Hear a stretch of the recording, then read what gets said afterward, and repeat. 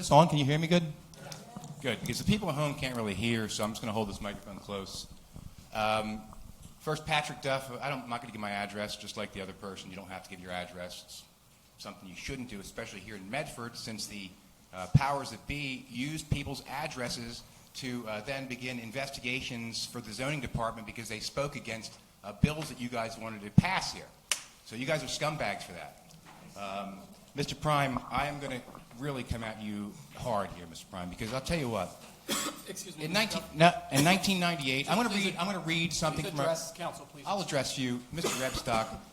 That's your church over there with all the people on the farm? It is not at all. Okay, good. Do you agree that that's farming activity? I personally do not know. Good. Then you're not an idiot. Other people must be.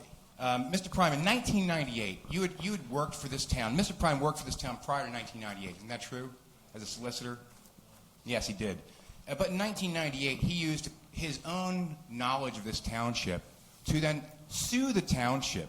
I'm going to read from the newspaper article. Timothy Prime, former solicitor, has said he will build 2,000 housing units on the tracks, including 400 homes for people of low income or moderate income, if the township does not buy the land at a price acceptable to him and his clients, the landowners. Now, the price, by the way, for the township was $26,000 per acre when the going rate at that time was $3,200 per acre for farmland. The inspector of the Attorney General, the Office of the Inspector in Burlington County found that that was the highest amount ever paid for any farmland to be, let's say, saved from the building. And Mr. Prime, we do, and people are talking. There was two people that owned the land, two ladies that lived in retirement homes that I believe you made a deal with. You got $6.25 million from the Township of Medford into an LLC that the two women who owned the home had nothing to do with. Wow. I guess you're not going to answer that. What's interesting, Mr. Watson, is that Magnify Brewing, who stole Main Street, 17 and 19 North Main Street, was worth at least $1 million. They paid $200,000 for it. That LLC, 17 North Main LLC, is registered in New York State. Now, you know what is interesting about New York State? Is they don't have to say who is on the registry. No ownership. You literally, it's a blank slate for 17 North Main LLC, which is the first company that took ownership of that land that then transferred it to 17 North Main Urban Renewal Development. Mr. Watson, do you have anything to do with that first LLC? Do not. Good. Well, can you look into it and see who does? I mean, you sold property to people that you have no idea who the hell owns that property because it's not listed with New York State Registry. But what's so interesting is I listened to the last planning board meeting where the planning board, the head of the planning board, who we now know as a developer, if you look into Cinnaminson Township, you'll see that the same developer tried to steal a private person's land to build a Chick-fil-A, and the court, he pounded her in court for years, and she finally won the decision.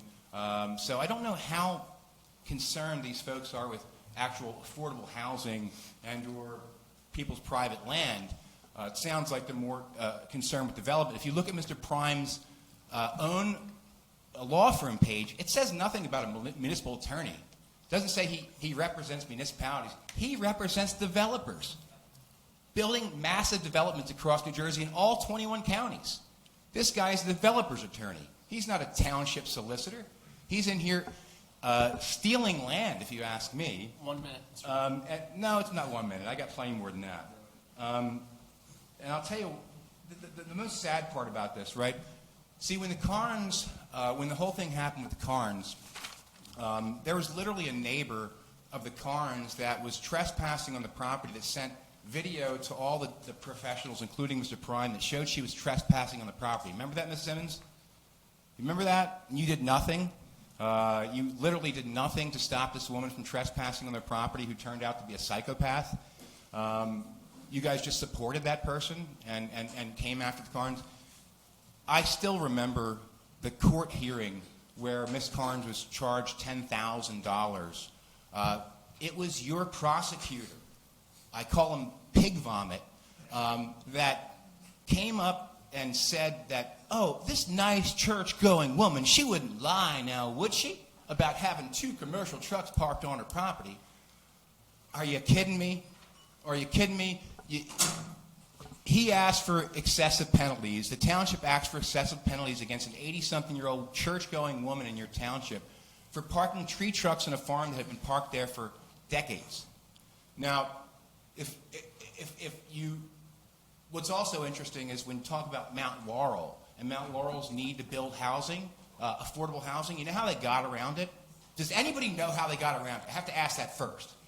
Hey, Mr. Knoll, do you know how Mount Laurel got around building affordable housing? Around what? How they got around the numbers. How did they get around the numbers? They utilized the motels and hotels that were on Route 73, and they were included in the affordable housing numbers, so they didn't have to build the hundreds of homes that you claim they still have to build, Mr. Prime. Isn't that true? That's 100%. Oh, is it? So, is it true that you tried to steal the woman's land in Cinnaminson? You don't know about that, huh? Chick-fil-A, Mr. Chick-fil-A back Mr. there? Duff, just please address it. Yeah. And then final thoughts. Final thoughts, please. Final thoughts are that, as she said, somebody has to stand up here for your township. The fact is, the Carnes family got a call from the tax assessor's office. The man had never called anybody else. He didn't send any letters to any property owners. The law is, if he's going to reassess 100% of the properties, farm properties in Medford, that he has to send letters out in 2-week batches. Take the first batch, 2 weeks, send it out, say we're going to come out and assess your property in 2 weeks. But instead, he picks up the phone and calls an 80-something-year-old woman who's already been harassed by your township, given a $10,000 fine, never charged criminally. If you look up Carolyn Carnes, she has a criminal record because of you. Because of you, you idiot. So think about that. Mr. An Duff, 80-something. No, I'm going to say what the hell I want, and you're not going to stop me. This is free speech, brother. This is free speech. You may Decorum. not condemn No, decorum other doesn't make any people. sense. All right. You don't That's make all any I'm sense. The truth is that Mount Laurel got around it by going with the hotels. You guys have other ways to get around it, but you're not. You're not even looking into other ways of getting around it. It shocks. It really does shock me. The fact that this council, the new council, right? Now that you have Magnify Brewing, they're open now, which is very interesting. Has anybody investigated that? Has anybody looked in to see what happened there? How this place got a $200,000 deal? Why you did a need for redevelopment on a property anybody would have been willing to buy to put a business at? The need for redevelopment is a property that nobody wants. Not something you're going to give to a North Jersey brewery for 1/5 of the cost of the cost of the property so they can open a business. What happened there? Didn't you get a keg dropped off at your house the other day from Magnify? And paid for it. You paid for it? Just like you paid for the firewood, right? Paid for that too. Only once the papers called you and you lied to the newspapers and you said that you did pay for it, and they asked you, well, I have these text messages here that show that you didn't, and then you picked up your checkbook and you sent one out. See, this is after the fact, folks. You guys doing all this stuff after the fact, making all making answers after the fact, right? Or making statements after the fact doesn't mean they're right.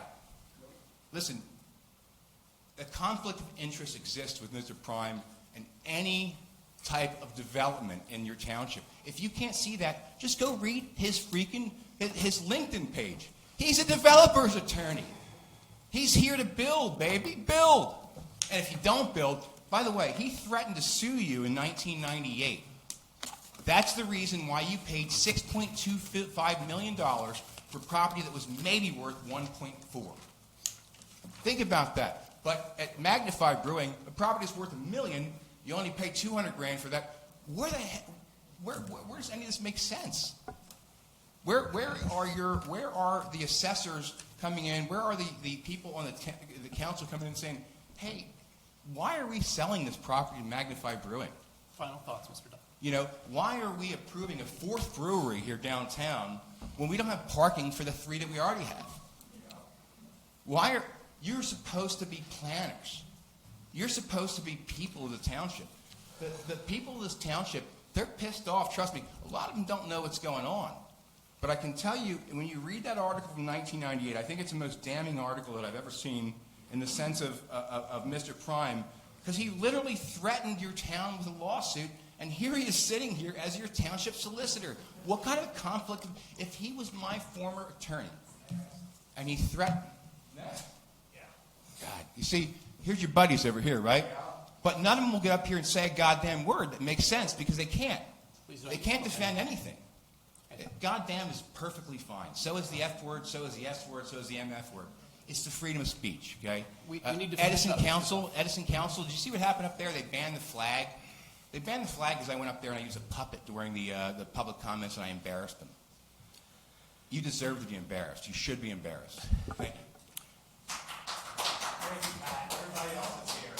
Just for the record, Mr. Mayor, the purchase price for the magnified property was based on 2 independent appraisals obtained by the township, and the average of that was the purchase price of $218,000.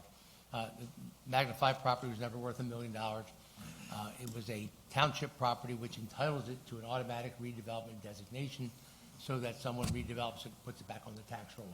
That's the facts. Thank you.